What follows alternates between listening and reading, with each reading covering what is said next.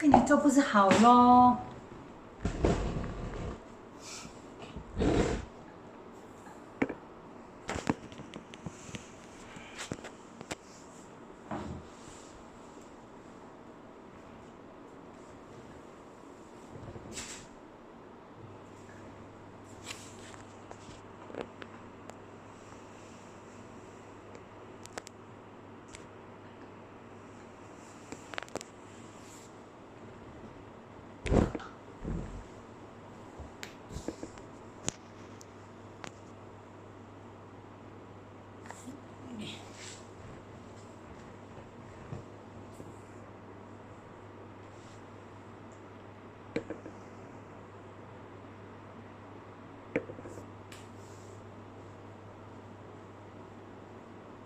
Good morning to everyone and welcome to our Sunday Bible class series on the parables of Jesus. For this morning, we want to study the parable of the wheat and the tare.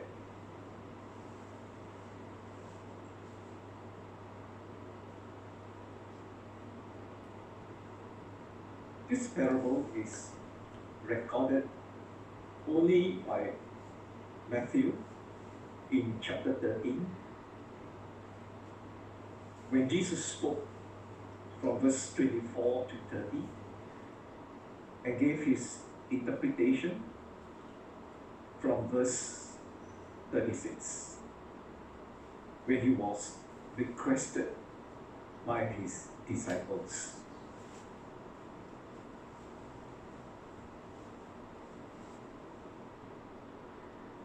Let us read this parable spoken by Jesus. In verse 24, Jesus said, he put another parable before them, saying, the kingdom of heaven may be compared to a man who sowed good seed in his field. But while his men were sleeping, his enemy came and sowed weeds, or what is known as tares, among the wheat, and went away. So when the plants came up and bore grain, then the tares appeared also. And the servants of the master of the house came and said to him, Master, did you not sow good seed in your field? How then does it have tares? He said to them, an enemy has done this. So the servants said to him, then do you want us to go and gather them? But he said, no, lest in gathering the tares, you root up the wheat also along with them. Let both grow together until the harvest. And at the harvest time, I will tell the reapers, gather the tares first and bind them in bundles to be burnt, but gather the wheat into my barn.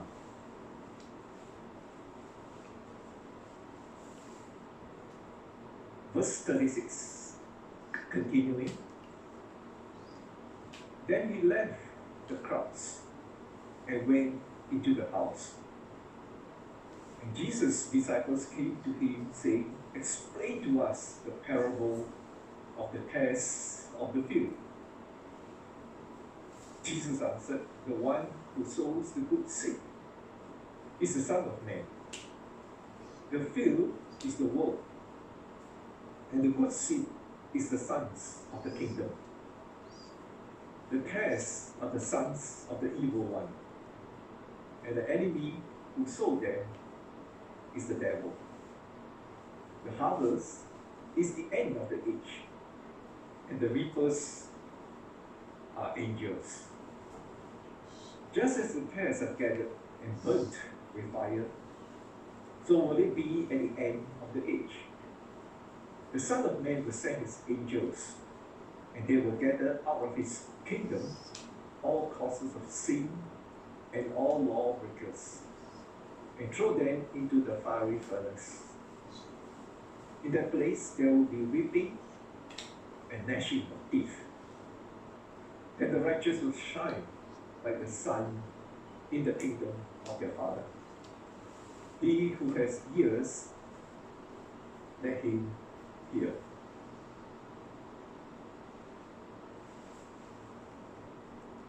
By way of introduction, let us first compare the first two parables spoken by Jesus. The first is on the parable of the sower, or the parable of the soils. The message here in this parable is that people will respond differently when the gospel message is preached to them. In fact, most people will reject the good news of the gospel concerning Jesus Christ. The second parable spoken, the parable of the wheat and tares, reminds us that as Christians, as the church, sow the seed of the gospel. When they share the good news, they will face opposition from their enemy. The parable of the wheat and tare is likely spoken after the parable of the sower, and that makes it the second parable of Jesus.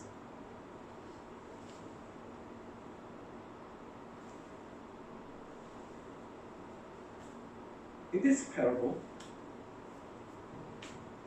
Jesus illustrates that there are two types of sower. The first is the one who sows good seed. And in Jesus' interpretation, the one who sows good seed is the Son of Man. The term personally used by Jesus to identify himself as God as well as man. The second type of sower is the enemy who sows the tare. And he is identified as Satan or the devil. Next in the parable, Jesus talks about two types of seed. The good seed refers to the sons of the kingdom, symbolizing those who hear the gospel message and receive the word gladly into their hearts and act upon it.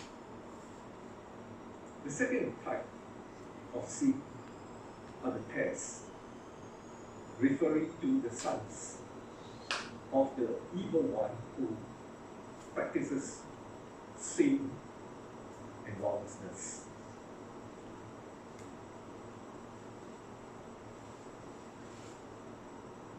Jesus also said that there will be two types of harvest that will take place at the end of the age. First, the tares, those who practice sin and lawlessness, will be burned up with fire.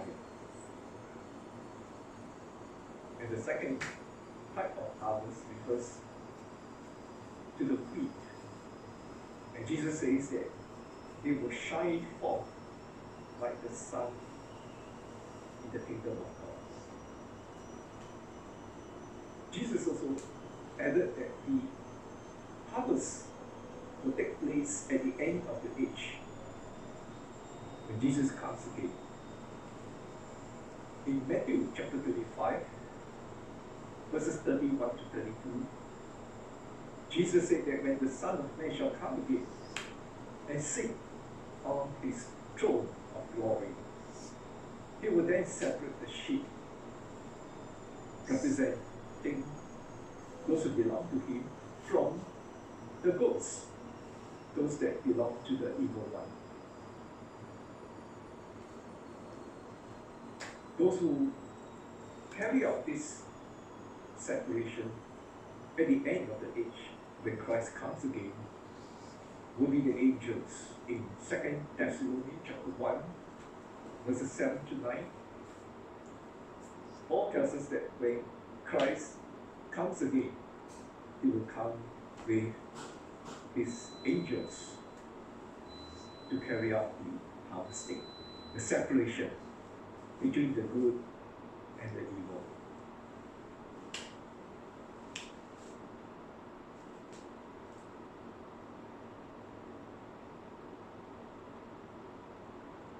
Our study of the parable will be divided along this theme of what our Lord said in this parable.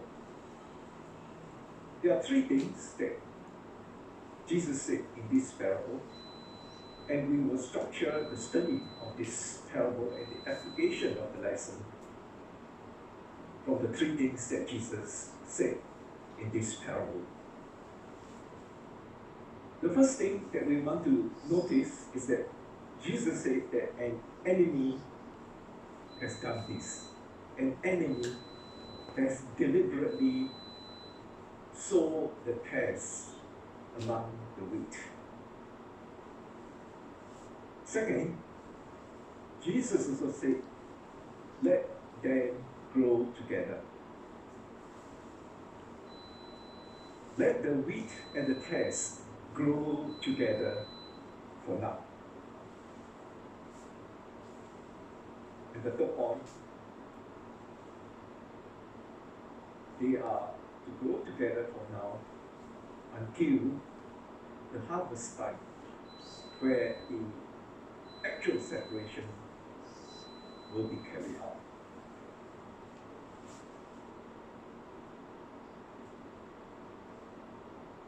So we look at our first point. An enemy has done this. Have you ever wondered why our world is arranged this way, where there is a mixture of good and evil?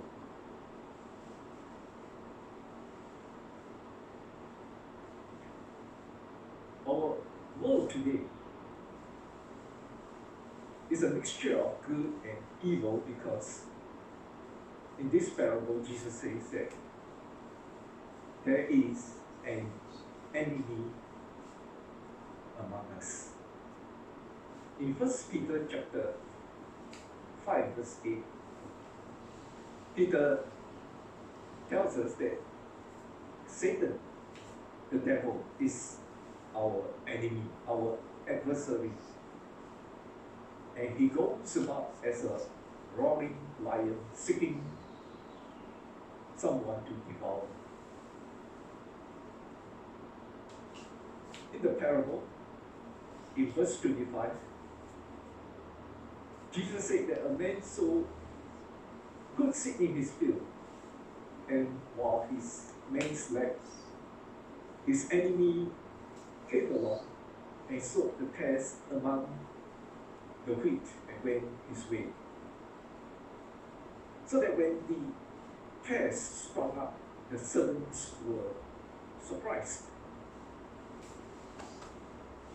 So the general rule that we need to remember here is that wherever the Lord sows good seed, the devil will be there also to sow that seed.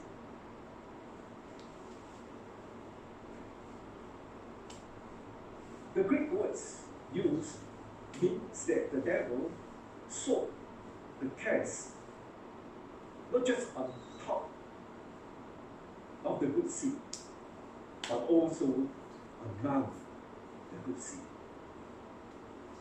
In other words, the devil will do a thorough job to try to disrupt our good work. The devil never takes his work, never takes his seat into a faraway country and there do all his work there alone, away from people, away from the church, away from the good seed. So sometimes we think that our life and the world that we live in are structured and divided like that. That there is the good, that there is the evil, and they are separated, they are distinguishable easily, they are discernible, so they are not mixed. So the good is always separated from the bad or the evil. No. Our world is not arranged or structured in this manner. So do you know where the devil does the greatest work? He is real busy, he is real active where the action is. Right where God's people are working hard, where God's people are spreading the message, building up the church, the devil will be there to destroy it, to sow the seed of discord, to discourage the people who are involved. So when we are doing all we can, progressing the work of the gospel, building up the church, be sure that our enemy is there trying to disrupt it.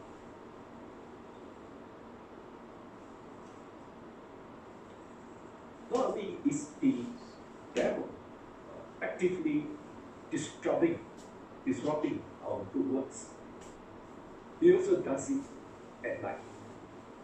Not literally night here, but it means that it is done in such a way that it is not easy to find out or discover. So he does it at night so that people won't be able to catch it until it is too late. So you see, Satan will use all tricks and tactics to hide it under the guise, under the cover of darkness, so that when we are not alert, we won't be able to find out, we won't be able to catch it until finally it is too late. So what Jesus is saying here is that sin and evil that exists in the world today are not an accident. It happens, it is sown deliberately and purposefully by the devil himself. So Jesus says that the first thing that we need to understand and be aware of and to take heed is that we have a formidable foe. We have an enemy among us who is powerful. So that while we are sowing faith, doing good works, he will come behind us, sowing the tares to discourage us, sowing discord to break us up at the very same place where we are working so hard.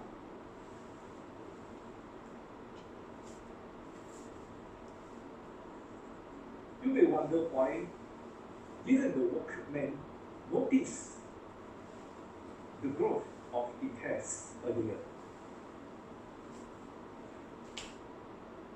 A common weed in the area around Palestine in those days is called the bearded darner. This bearded darner pear looks very similar to the wheat when it is growing and it is not easily discernible. It is only when the wheat begins to develop its head here, as you can see, that the tares or the darnel become distinguishable. What Jesus is trying to tell us that the devil is a very good counterfeiter. He made the tares look like the real thing, the wheat.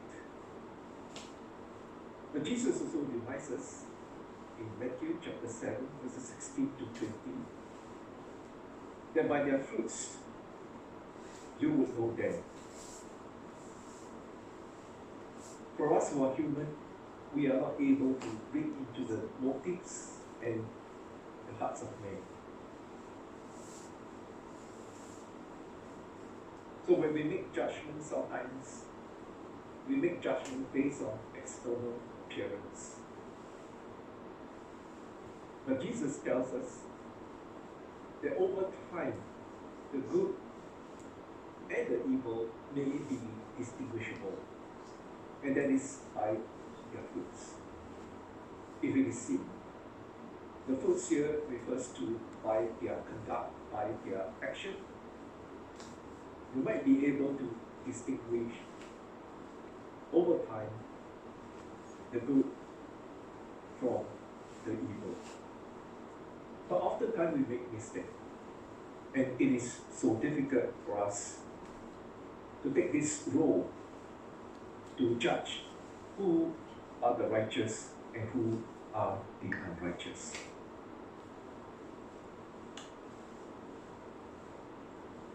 So when Jesus tells us that an enemy is at work, he is referring to someone that is real, and that is Satan. In Ephesians 6, Paul tells us that there is a spiritual warfare, a spiritual struggle between the forces of good and evil in the world today, though we may not see it with our own eye. But it takes place.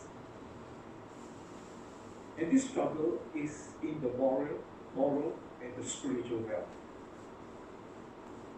So Paul says that our struggle is not just against the physical, the flesh and the blood, but against the spiritual forces of wickedness championed and mastered by the devil. So as we seek to live for the Lord, one thing we learned from this parable is that the devil is going to actively derail us, discourage us at the same time. So as we try to share the gospel with others, we also know that the devil is going to actively frustrate our attempts so that we may give up all together. So the tactics that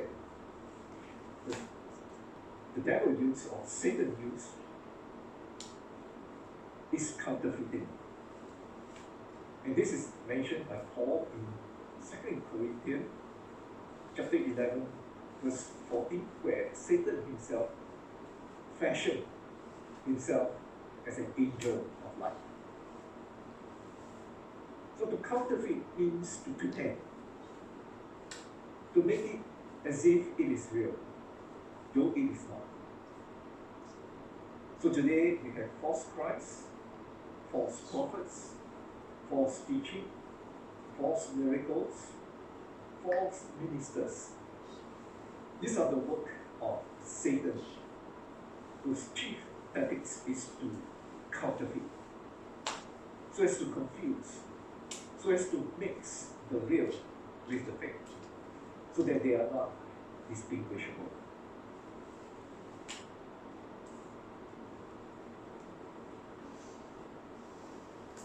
The second point that Jesus mentioned in the parable is to let them grow together. Jesus is saying, let the good seed and the tares grow together for now. So when the servant asked the master, do you want us to go out there right now and start separating the wheat from the tares and get rid of the tares? Jesus said no. The master said no. Let them grow together for now. In the agricultural world, this is the normal and the right thing to do. To pull out the tares so that it will not interfere with the growth of the wheat. But in the spiritual realm, this is not so. One of the great mysteries and ambiguities of life is the fact that good and evil are often mixed together in the imperfect world that we live in today.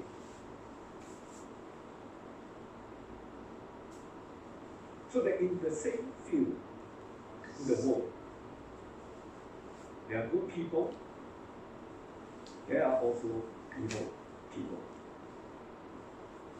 So in the same person, in whom there is great creativity, love and compassion, there is also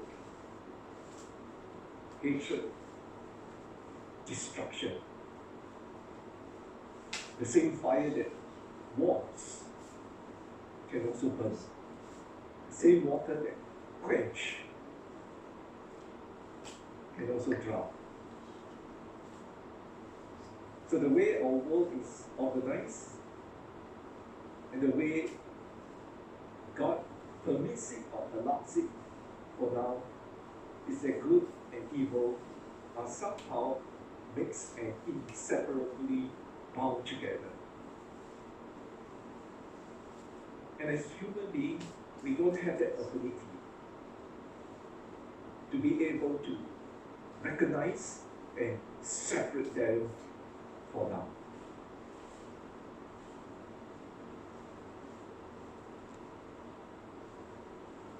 In February 2018, the New York Times reviewed a book entitled Why Did the Heavens Not Darken?, which was written by the author Art Mayer. The book actually deals with the Holocaust, the destruction of the Jews, the final solution in history. The opening words of the article reads, given the enormity of the crimes perpetrated by Nazi Germany during World War II, the title of Art Mayer's new book raises the question that many people would have asked themselves as they remember and try to comprehend the Holocaust. Our task will be less difficult and agonizing if the heavens had actually darkened. So, in this review, the author is trying to ask the question, and that is, why did God allow this evil to take place? The extermination of the Jews by the Nazi Germany during World War II. Why did he not interfere? So God is indicted by this very title. Why did the heavens not darken? The heavens should have darkened. It is the same as saying, why didn't God do something if He is really God, if He is really good, if He is really compassionate?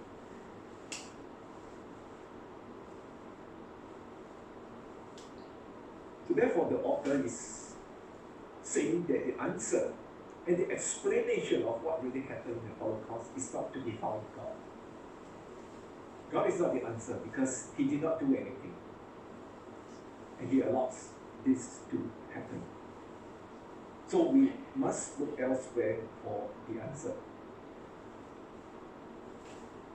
So the author of the book is actually asking the same question that the servants in our parable are asking.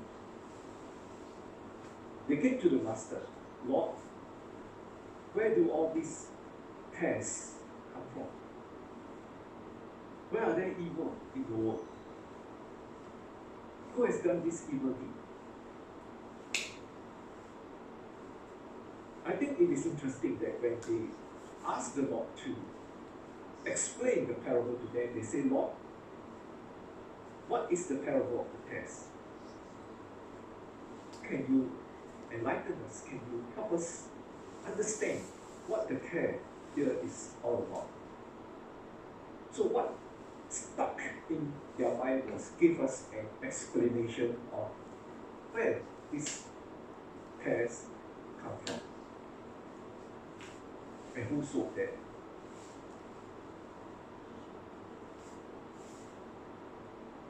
We cannot deny that in the world that we live in today as it is, evil does exist. So there is the natural evil, as many would term it, such as accident does occur. Then we do have natural calamities, such as the hurricanes, the tsunami, the tornadoes that destroy countless lives and properties, and happens season after season. So we have natural evil. And at this present moment, we have the COVID-19 that do take away innocent life. So we don't deny that there is natural evil, and that there is also moral evil in the world. There are wars, there are people who commit crimes and murders and so forth. Yes, in the world that we live in today, there exists both the natural as well as moral evil. But at the same time, we also witness good deeds and acts of kindness day after day, year after year, season after season. There are many people who sacrifice their life, their time, in order to make life easier and better for others. There are people who offer up their services, give free meal, give donation, and we are touched by their compassion, by their good example. So while there are evil in the world, we also recognize that there are good also in the world.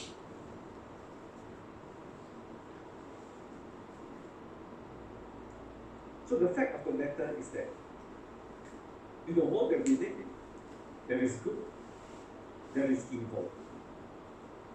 But very seldom, and nobody really ever asks and questions the good. Why is there good in the world? Instead, when there are pain and suffering, people will blame God and they will raise this question, why is there evil in the world? And if there is a good, benevolent God, why did He permit pain and suffering in this world? So the only time that we question God perhaps is when something bad happens, something that disrupts our life. And then we ask, God, where are you? God, why you did not interfere? God, why you did not do something?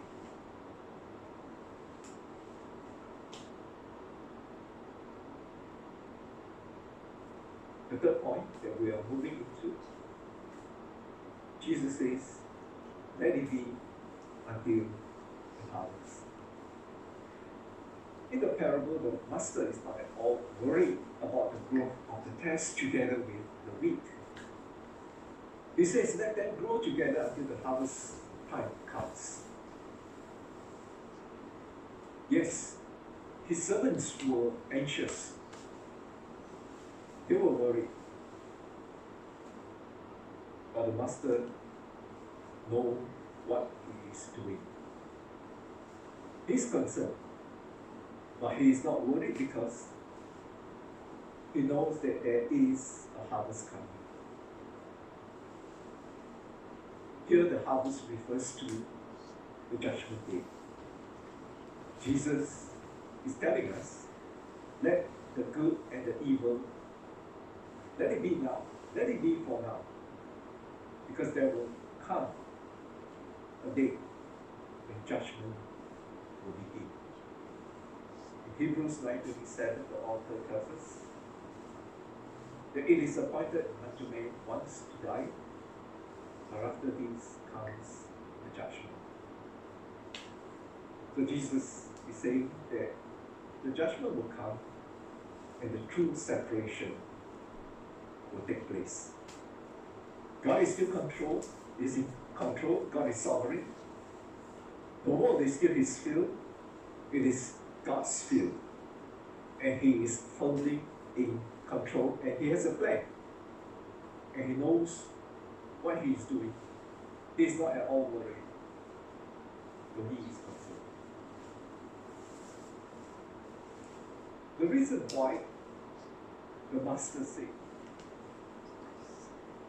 let them grow together is simply that in tearing out the tares, we might also tear up some of the wheat. Satan is a good counterfeiter. It is not possible for us humans to really know the motives and the heart of man to determine who are the good, who are the evil. And so it is not possible for us to make that judgment and start to expel people out of the church or cut people out of the church. Unless there are fruits that are discernible.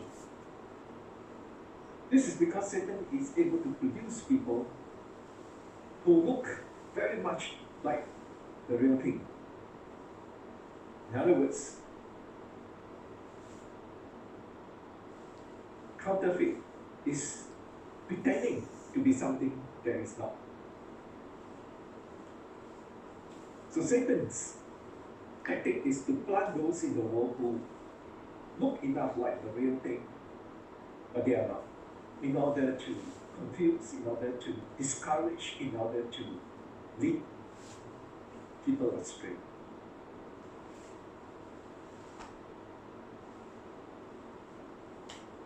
As we have mentioned earlier, tares and wheat look alike. And it is a difficult task for us as humans to discern the wheat from the tares. And that is why God tells his servant to let them both grow until the harvest time. God is the one who is able to discern those who are his. In 2 Timothy 2:19, Paul told Timothy that the Lord knows who are his and those who are not. But it is impossible for us to make that judgment call. So we ask, Lord, are you saying to me that in this world, as it is functioning and operating right now, that I will be better off if evil exists? Is it better to have evil left here? Are we better off with the tares? then it would be without them.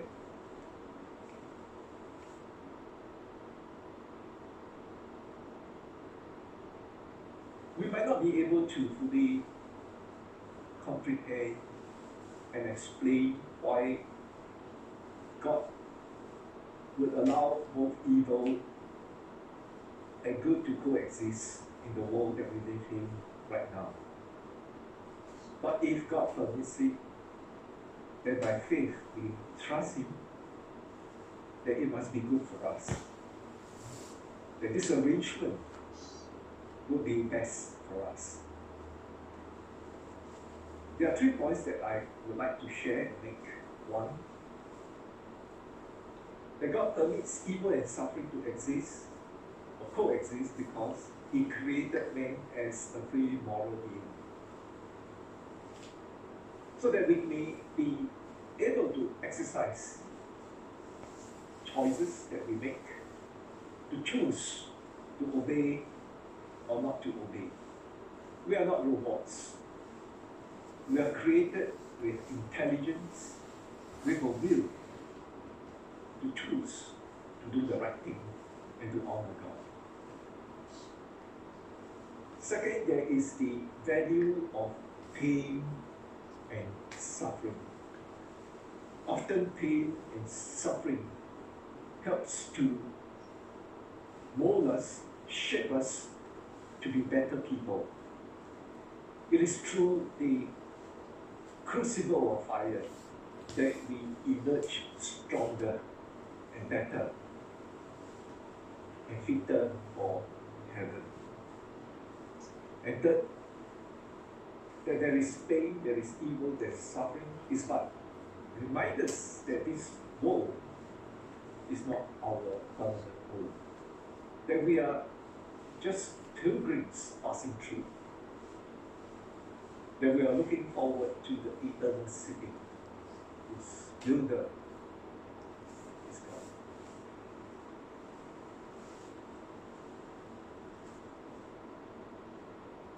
So there are some benefits that I think we all should appreciate from sufferings.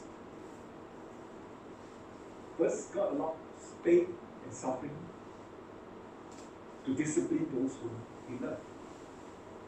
So those that are God's people, those that He loves, sometimes pain and suffering helps to shape, to mold us to be the people that God wants us to be. Second, suffering and pain develop our humble dependence on God. It is a reminder that we are weak. It is a reminder that when things go wrong, we can depend and we can trust in God and not on ourselves. And third, it is a reminder that at the end of the day, man, we are mortal. Life on earth is not eternal. It will soon come to an end. And we need God. So there is sickness, there is death, there is pain, there is suffering. These are reminders to help us to keep our real focus in the eternal home, in eternity, rather than this life on earth. So one thing is certain, many who have passed through the crucible of pain and suffering will acknowledge that they found themselves better for the experience.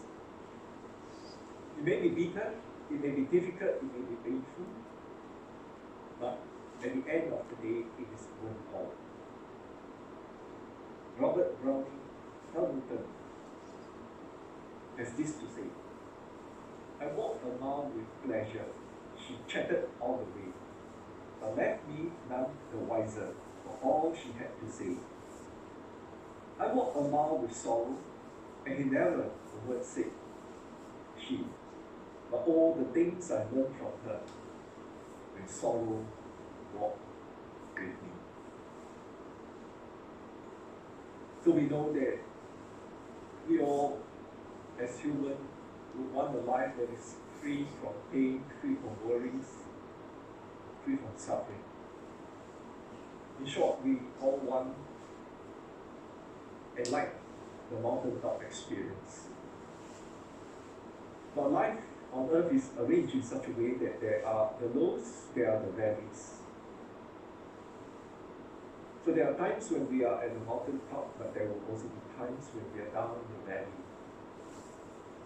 But for those of us who have experienced both the mountaintop and the valleys, we know that it is in the valley that we truly grow.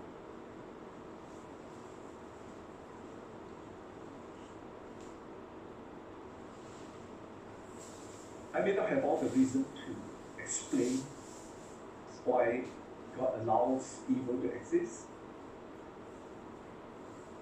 I might not be able to convince everyone, but here are three that I like to share. God allows pain, evil, and suffering to exist in this world is because, number one, this is not God's world. When God first created Adam and Eve, when He placed them in the Garden of Eden, that was God's intention, paradise on earth. But Satan comes along and sow the tares. Satan, through sin, then destroyed God's paradise on earth. So when man disobeyed God through sin, the paradise on earth was lost. So the earth that we live in today, the world that we live in today, is a world that is fallen, a world destroyed by sin. And this is not God's original world. Second, God allowed evil to exist is because the world that we live in, as we notice, is only a temporal abode for God's people. In Revelation chapter 21 and 22, God's people can look forward to the eternal home. God's people can look forward to the new heavens and the new earth where righteousness dwells. God's people can look forward to heaven, the place where there is no more pain, no more sorrow, no more tears, no more death, no more suffering. For these first things have passed away. And third, God allows evil because there's punishment at the end of the day for the wicked and reward for the righteous.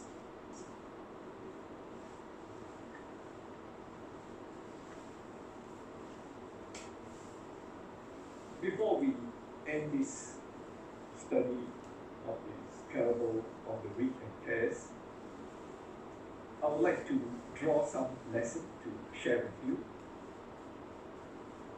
The first here for us to take note is that there are pretenders in the kingdom.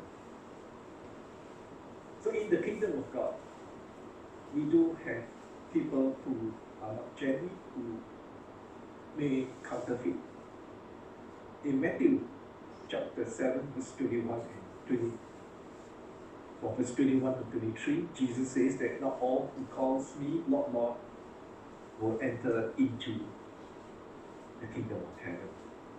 It is only those that genuinely do the will of God that will enter the kingdom of heaven. So in the kingdom, there are pretenders.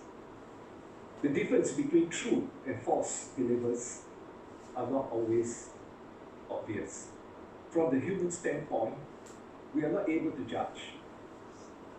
We make mistakes because we tend to focus usually on the external and are unable to discern the heart. So failure to recognize this can often lead God's people to become discouraged and over time lose heart, because when they see people acting like hypocrites in the church, when they see people that are imperfect, they get discouraged.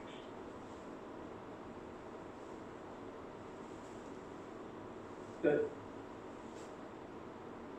God will make a distinction when the time is right, and the judgment day, as only He can. So the first point that we need to take note that in the kingdom of God, there are many who profess to be God's people when they are not. Second, we must get to this point to let God sort out His field. God is the one at the end of the day to do the work of discerning who are really His and who are not. So it is not my role, nor is it yours, to spend all our time figuring out who are the tares and who are the wheat in the kingdom. Let God do this work. Let us not take the role of God into our hands. Let us not act like God. Let God sort out His field. So evil will not be completely removed until judgment time. But that does not mean that we should condone evil. We must do our part to avoid. We must do our part to fight against evil in all its form. And be alert, because our enemy is a formidable one. The third lesson that we need to remember is that we have an enemy that is working against us in this world. And so we need to be alert. So our work in the Lord's vineyard is not always smooth sailing. Alongside the power of the kingdom, we must recognize that there is another power, a formidable power, who is at work, trying to disrupt God's plan. The devil's chief tactic is counterfeiting. His main objective is to mix evil together with good, so as to confuse, discourage, and to hinder the growth of the kingdom. So we need to be aware that we will meet opposition when we do the Lord's work in His kingdom. The fourth lesson, God has a plan, and that He is working out over time, and we need to trust Him and be patient. So we live in a world where tragedies and accidents occur every day. Every day there's violence, there's injustice, people wreak havoc in the lives of innocent people. So the parable of the wheat and the tare teaches us that God does have a plan. He is not worried, He is concerned, because at the end of the day, He knows what He is doing, and He is working to accomplish it. God is not in a hurry, and we must be prepared to trust Him and wait for His time. For God is merciful in that in His patience, He allows those in sin to come to repentance.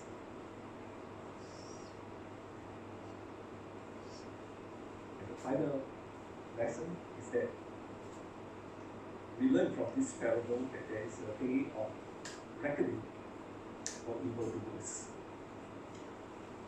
In verse 41 and 43 of Matthew 30, the Bible tells us that the angel will gather certain ones out of His kingdom, and this will be cast into the furnace of fire. Then the righteous will shine like the sun in the kingdom of their Father.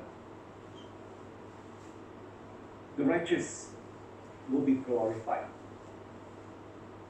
The righteous will shine forth in righteousness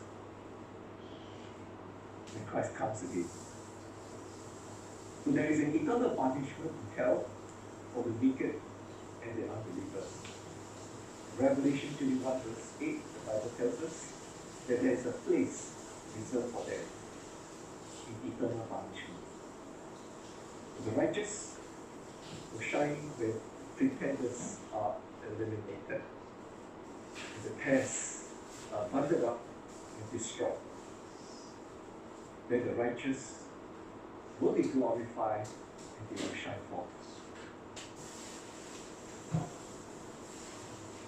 As we conclude this lesson, I want to emphasize that all of us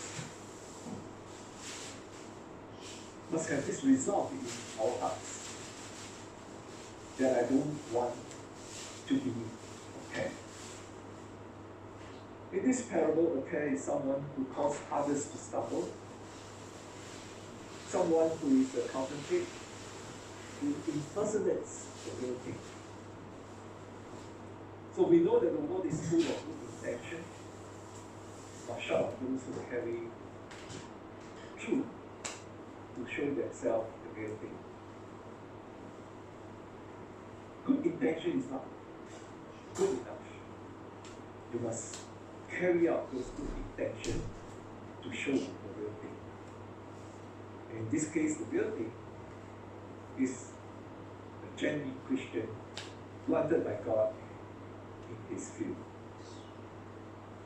Jesus concludes the parable by saying, he who has ears to hear, let him hear. It is wise to heed the teaching, examine ourselves, and let God moves us to live in godly fear, following the teaching of Christ and building on the right foundation. It is my hope and prayer that this parable of the wheat and the tares will help us to understand